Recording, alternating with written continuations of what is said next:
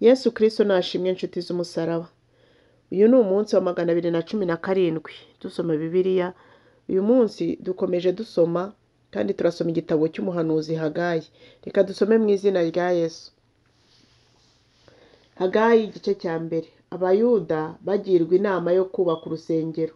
Mu mwaka wa kabiri wo ku ngoma y'umwami Dariyo, ku munsi wa mbere w'ukwezi kwa gatandatu, ijambo ry'Uwiteka ryazanywe na Hagayi umuhanuzi kuri Zerubabeli mwene Sheyalutiyeli umutegeka w'Ubuyuda, no kuri Yosuwa mwene Yosadaki umutambyi mukuru ati: Uwiteka Nyiringabo aravuga ati, ubu bwoko buravuga buti, igihe cyo kongera kubaka inzu y'Uwiteka ntikiragera.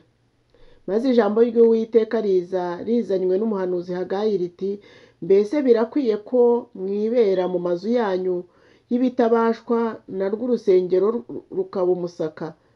Noneho rero Uwiteka Nyiringabo aravuga ati, nimwibuke ibyo mukora.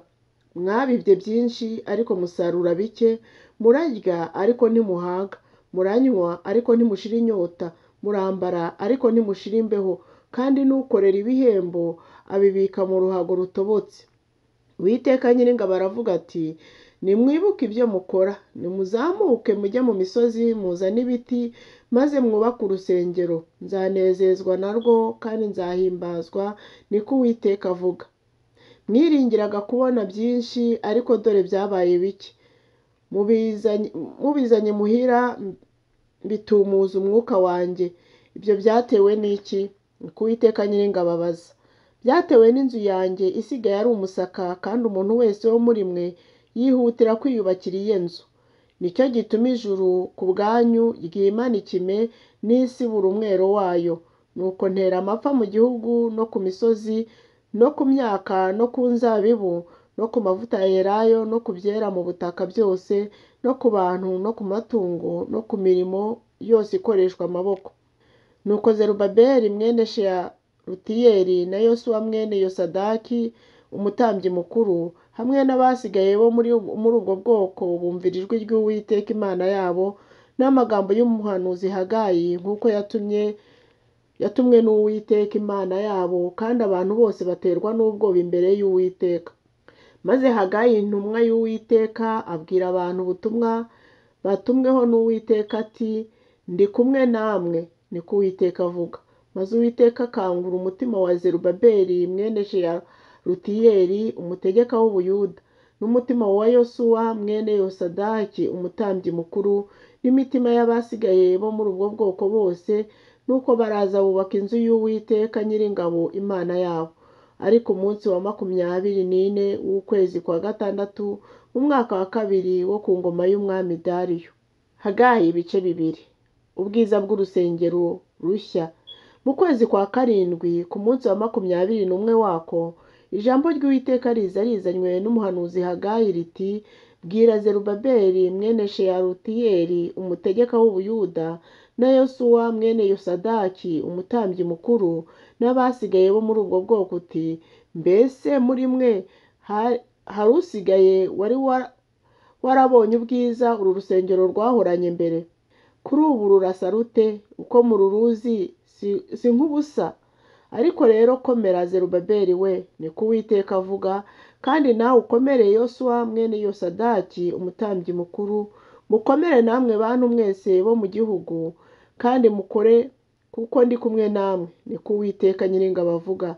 Nk'uko isezerano nasezeranye namwe riri mu gihe mwavaga muri Egiputa, umwuka wanjye akaba ari muri mwe, ntimutinye.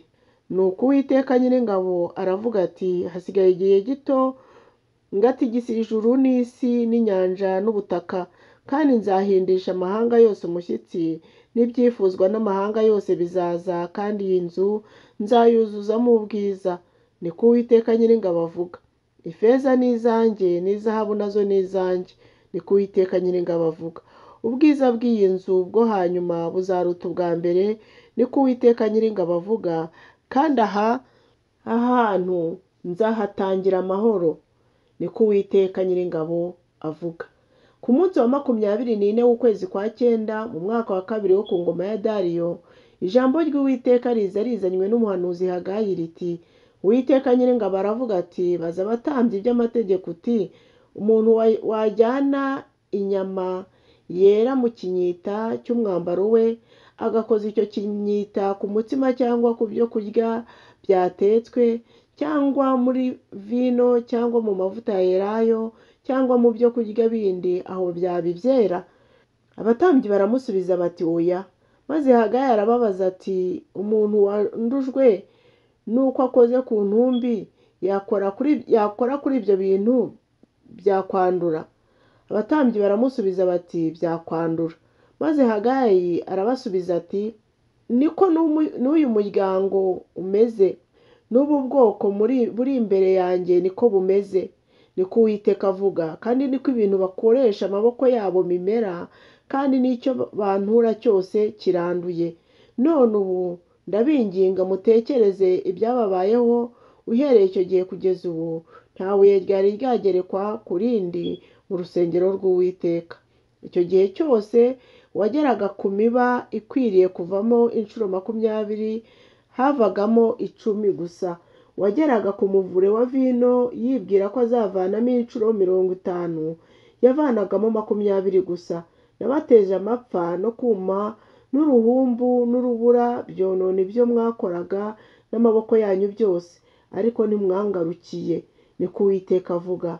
Ndabinginga mutekereze ibizaba uhereye none no mu bihe bizaza, kuva ku munsi wa 24 w'ukwezi kwa 9, igihe urufatiro rw'urusengero rw'Uwiteka rushinzwe. Mbese hari amasaka akiri mu bigega, ndetse uruzabibu n'umutini n'umukomamanga n'umwelayo ntibikera, ariko uhereye uyu munsi nzabaha umugisha. Ijambo ry'Uwiteka riza kuri Hagayi ubwa kabiri ku munsi wa 24 w'ukwezi riti bwira Zerubabeli umutegeka w'Ubuyuda uti nzatigisa ijuru n'isi, kandi nzubika intebe z'ubwami z'ibihugu byose, kandi nzarimbura imbaraga z'ibihugu by'abanyamahanga byose. Nzubika amagare y'intambara n'abayagenderamo, kandi amafarashi n'abayagenderaho bazagwana, umuntu wese yicwe n'inkota ya mugenzi we. Uwo munsi niko Uwiteka Nyiringabo avuga, nzakujyana Zerubabeli we mugaragu wanjye mwene Sheyalutiyeli, niko Uwiteka avuga, nzakugira ikimenyetso kuko nagutoranije, niko Uwiteka Nyiringabo avuga. Mugire umunsi mwiza. Dushoje igitabo cy'umuhanuzi Hagayi, tuzakomeza ejo dusoma igitabo cy'umuhanuzi Zekariya. Imana ibahe umugisha. Ndabakunda mu izina rya Yesu.